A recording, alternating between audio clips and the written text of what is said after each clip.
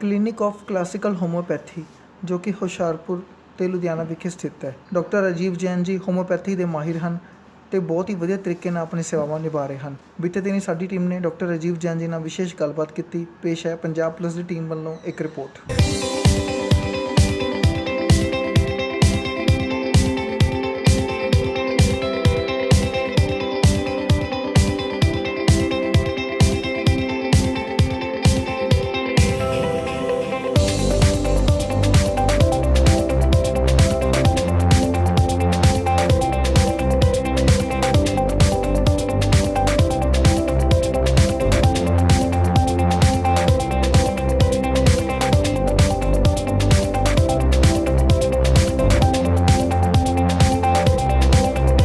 मेरा नाम राखी है।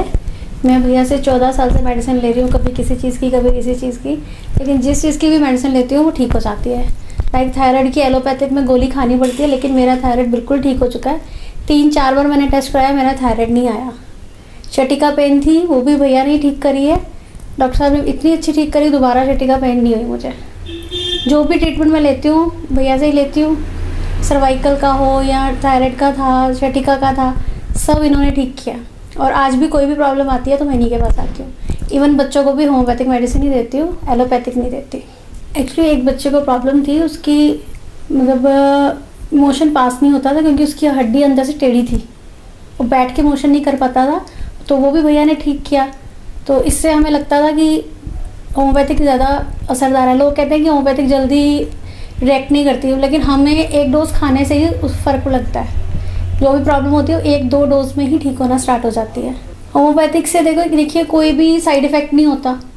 एलोपैथिक का मेरा एक एक्सपीरियंस है, मैंने एक बार कॉम्बीफ्लेम खाई तो मेरी गर्दन बिल्कुल अड़ गई थी, ना इधर घूम रही थी ना इधर, राइट ना लेफ्ट। तो उसके बाद मैंने ट्रीटमेंट लिया तो वो ठीक हो गई।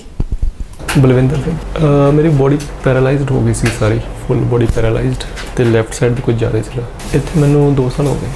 90% फर्क हैगा मतलब ओवरऑल। मतलब उस तो पहला मतलब वैसे पैरालाइज्ड होने तो बहुत टाइम हो गया सीगा, 10 साल हो गए ने, 8-9-10। बाकी चलण दे विच कोई प्रॉब्लम नहीं हैगी, बाकी उदा कोई प्रॉब्लम नहीं हैगी। तो बस हुण थोड़ी दी मतलब कि मैं चाहुंदा कि रनिंग होवे जां स्टेयर चढ़न दे विच थोड़ी मतलब स्टेयर फड़ के चढ़दा पिया। पहला मैं किसी होर करवा रहा सीगा, मतलब 8 साल खाधी मेडिसिन हो गई तो ज़्यादा इंप्रूवमेंट नहीं सीगी।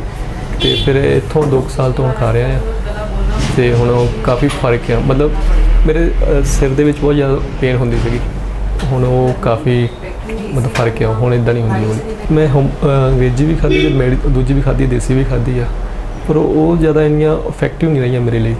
तो होम्योपैथिक दे विच यही सीगा कि की रीजन हैगा या मतलब क्यों हुई है ये बीमारी। मेरे बॉस सीगे मतलब जिथे मैं काम करदा मतलब सॉफ्टवेयर इंजीनियरिंग दा, उन्होंने नॉन च सीगे मतलब कि तो उन्होंने पहला मेडिसिन खाधी, उन्होंने काफ़ी सीगा कुछ हो रहा वाइट दाढ़ी के उपर, वो ठीक होया सीगा तो उन्होंने फिर मैंने प्रेफर किया सी। डॉक्टर राजीव जैन मेरी 3rd जनरेशन है होम्योपैथी में। मेरे ग्रैंडफादर भी होम्योपैथ थे, मेरे फादर भी होम्योपैथी प्रैक्टिस कर रहे हैं और मैं भी इसी लाइन में हूँ।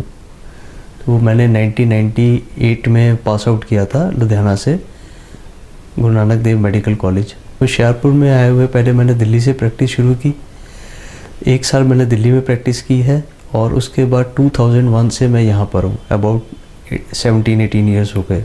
2 तरह की बीमारियाँ होती हैं, एक होती है एक्यूट डिजीज़ और एक होती है क्रॉनिक डिजीज़। एक्यूट डिजीज़ तो कुछ खाने पीने से, एनवायरनमेंट में चेंजेस आने से, कुछ जनरल लाइफ में सडन चेंज आने से एक्यूट डिजीज़ आ जाती है। लेकिन जो पुरानी बीमारियाँ होती हैं जिनको हम क्रॉनिक डिजीज़ बोलते हैं, जिसमें होम्योपैथी की बहुत जो है इम्पोर्टेंस आती है, क्योंकि क्रॉनिक डिजीज़ में कोई मेडिसिन और अच्छे से काम नहीं करती जितनी होम्योपैथी काम करती है। क्रॉनिक डिजीज़ का मेन कारण है हमारी साइकोलॉजी। हमारी साइकोलॉजी किसी कारण से बहुत ज़्यादा जब लंबे टाइम तक डिस्टर्ब रहती है, वो पुरानी बीमारियों का कारण बनती है। होम्योपैथी में सभी पुरानी बीमारियां जो लाइलाज बीमारियां कही जाती हैं उन सब का इलाज संभव है, लेकिन कुछ ऐसी बीमारियां हैं जैसे कैंसर हो गया, लास्ट स्टेज की कैंसर हो गया, उसके अंदर ये है कि हम पैलिएटिव मेडिसिन देते हैं साथ में। उसका ये फ़ायदा होता है कि पेशेंट बहुत ज़्यादा लास्ट जो उसकी मूवमेंट होती है कैंसर के अंदर, उसके अंदर पेशेंट को बहुत ज़्यादा सफरिंग नहीं होती, फिज़िकल सफरिंग उसकी कम हो जाती है। अभी होम्योपैथी एक बहुत नए पैटर्न पे चल रही है जिसके अंदर हम मेंटली रिटार्डेड जो बच्चे हैं, जो फिजिकली चैलेंज बच्चे हैं, जो बच्चे कंजेनिटल डिजीज़ से पैदा होते हैं, जिनको जन्मांतरू ही बीमारियां लग जाती हैं, या सेरिब्रल पाल्सी के हैं, या ऑटिज़म के जो बच्चे हैं, ऐसे बच्चे जिनको हम घर में कहते हैं कि बस ये तो सेवा करवाने के लिए आए हैं, ये कोई हमारे पुराने कर्मों का खेल है, बच्चों की सेवा करो, तो ऐसे केसेस में भी होम्योपैथी के बहुत अच्छे रिजल्ट्स आ रहे हैं। एलोपैथी देखो हमारे ना इंडिया के अंदर 3 तरह के जो ट्रीटमेंट है ना वो चलते हैं। एक आयुर्वेदिक, सबसे पुरानी जो हमारी इंडियन जो हिस्ट्री के अंदर है, होम्योपैथी और एलोपैथी से भी पुरानी आयुर्वेदिक, और उसके बाद इंट्रोडक्शन आई एलोपैथी की, और होम्योपैथी लेटेस्ट है। तो हमेशा लेटेस्ट चीज़ जो होती है वो सबसे बढ़िया होती है ना, अपग्रेडेशन होती है जो चीज़। फ़र्क सिर्फ इतना है कि एलोपैथी पर्सन को कुछ भी मान के नहीं चलती, कि पर्सन की पर्सनैलिटी, उसकी अपनी आइडेंटिटी, उसकी अपनी सोच बीमारी के अंदर कुछ काम करती है। लेकिन होम्योपैथी का बेस ही यही है पुरानी बीमारियों के लिए, इसीलिए होम्योपैथी सबसे बढ़िया है, क्योंकि होम्योपैथी का बेस ही यही है कि वो पर्सन की साइकोलॉजी की, पर्सन की पर्सनैलिटी को देख के हम मेडिसिन की सिलेक्शन करते हैं। अगर आजकल आप देखोगे ना कंसेप्ट, तो सबसे पहले यही कहता है कि हेल्दी माइंड है तो हेल्दी बॉडी है। तो हर पर्सन को अपने, और आजकल जो हमारा खाना पीना है वो सब में इतनी बुरी तरह से ऑल्ट्रेशन आ चुकी है, सब खाना पीना डिस्टर्ब हो चुका है, जिसकी वजह से भी हमें बहुत सारी प्रॉब्लम आ रही हैं। लेकिन अगर हम उस चीज़ को तो चेंज नहीं कर सकते, लेकिन अपने इंडिविजुअल लेवल पे थोड़ी सी एक्सरसाइज, योग और मेडिटेशन का बहुत बड़ा रोल है, जिससे हमारी मेंटल कामनेस मेंटेन रहे, इंटैक्ट रहे, क्योंकि जब मन शांत रहता है तो हेल्थ अपने आप रिवाइव करती है। होम्योपैथिक ट्रीटमेंट देखो, अगर इफ़ेक्ट है तो उसका साइड इफ़ेक्ट भी है। ऐसा नहीं होता कि किसी चीज़ जिसका इफ़ेक्ट हो उसका साइड इफ़ेक्ट ना हो, लेकिन साइड इफ़ेक्ट तभी होगा अगर हम गलत मेडिसिन देंगे। साइड इफ़ेक्ट का मतलब होता है बीमारी का दब जाना या बीमारी का बढ़ जाना। लेकिन अगर मेडिसिन की सिलेक्शन बिल्कुल प्रॉपर है, केस टेकिंग प्रॉपर की है, पेशेंट ने अपनी हर बात वो बताई है जो डॉक्टर पूछता है, कोई छुपाता नहीं है। होम्योपैथी के अंदर क्वेश्चन हम बहुत करते हैं ताकि हम पेशेंट को अच्छे से जान सके, उसकी बीमारी की जड़ और बीज को समझ सकें। अगर ये पेशेंट हमें सब कुछ बताता है, फिर होम्योपैथी की जो मेडिसिन की सिलेक्शन है वो एक्यूरेट होती है और उसका साइड इफ़ेक्ट होने के चांसेस ज़ीरो रह जाते हैं। लेकिन अगर डॉक्टर ही कुछ ना पूछे पेशेंट से और फटाफट पूछा और दवाई दे दी तो साइड इफ़ेक्ट भी हो सकता है। जो मेंटल कामनेस है, जो शरीर के अंदर या मन के अंदर की जो चिंता, तनावग्रस्त शरीर रहेगा, मन रहेगा, तो ही पेशेंट ठीक रहेगा। डिप्रेशन का तो होम्योपैथी में बहुत बढ़िया इलाज है। जैसे हम हर बीमारी को अलग इंडिविजुअलाइज करके देखते हैं। अगर हमारे पास 4 पेशेंट जुकाम के आ जाएं तो चारों पेशेंट्स की अलग अलग मेडिसिन होगी। अगर 4 पेशेंट कब्ज के साथ आ जाए तो हर पेशेंट की मेडिसिन अलग अलग निकल के आएगी।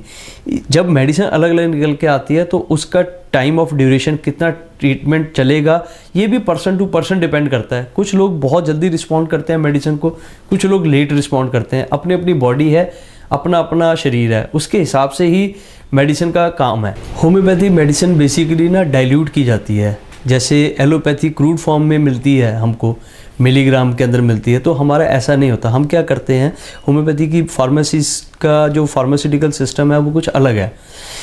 इसको 1 पार्ट होम्योपैथिक मेडिसिन का या जो भी क्रूड पार्ट है जिससे हमने मेडिसिन बनानी है, कोई केमिकल है या कोई जड़ है या कोई मेटल है, किसी भी चीज़ का 1 पार्ट, और 99 पार्ट हम अल्कोहल के या जो भी चीज़ उसको डाइल्यूट या ट्रिचुरेट करने के काम आती है। या पाउडर लेते हैं, मिल्क ऑफ पाउडर, और या फिर अल्कोहल लेते हैं। 1 पार्ट मेडिसिन या क्रूड फॉर्म का और 99 पार्ट उसके। फिर उसको एक प्रोसीजर होता है जिसको डाइल्यूट किया जाता है। डाइल्यूट करने के बाद वो फर्स्ट पोटेंसी निकल के आती है। इसी तरह से पोटेंसीज आगे आगे बढ़ती जाती है, फर्स्ट से सेकंड, सेकंड से थर्ड। ये प्रोसीजर है, इसको हम बोलते हैं डायनामाइजेशन। जो हमारी मेडिसिन हमारे पास जो हम यहाँ पे डिस्पेंसिंग में करते हैं, पेशेंट्स को देते हैं, उसमें क्रूड फॉर्म तो हमें दिखती नहीं है। लेकिन क्या होता है, जितना वो डायनेमिक हो जाती है तो हमारी जो वाइटल फोर्स है, जो हमारी फोर्स है, बॉडी की जो फोर्स है जो चलाती है बॉडी को, वो डायनेमिक दिखती नहीं है। मरे हुए आदमी और जिंदा आदमी में आपको कोई देखने में कोई फ़र्क नहीं लगेगा, लेकिन एक फोर्स थी जो वहाँ से निकल गई, जिंदा आदमी से वो फोर्स निकल गई एंड ही डाई। ऐसे ही है ना। अब क्या है कि जो उस फोर्स के ऊपर वो मेडिसिन जाके काम करती है, उसका डायनेमिक होना ज़रूरी है। जैसे लोहे को लोहा काटता है, इसी तरह से जो डायनेमिक चीज़ होगी उसके ऊपर डायनेमिक इफेक्ट ही काम करेगा, अदरवाइज वो मेडिसिन काम नहीं करेगी। तो डायनामाइजेशन हमारे होम्योपैथी में बहुत इंपॉर्टेंट है मेडिसिन की फॉर्मेशन में। मेरा एक क्लिनिक लुधियाना में है, मैं ऑल्टरनेट डेज पे बैठता हूँ, एक दिन लुधियाना होता हूँ, एक दिन होशियारपुर में।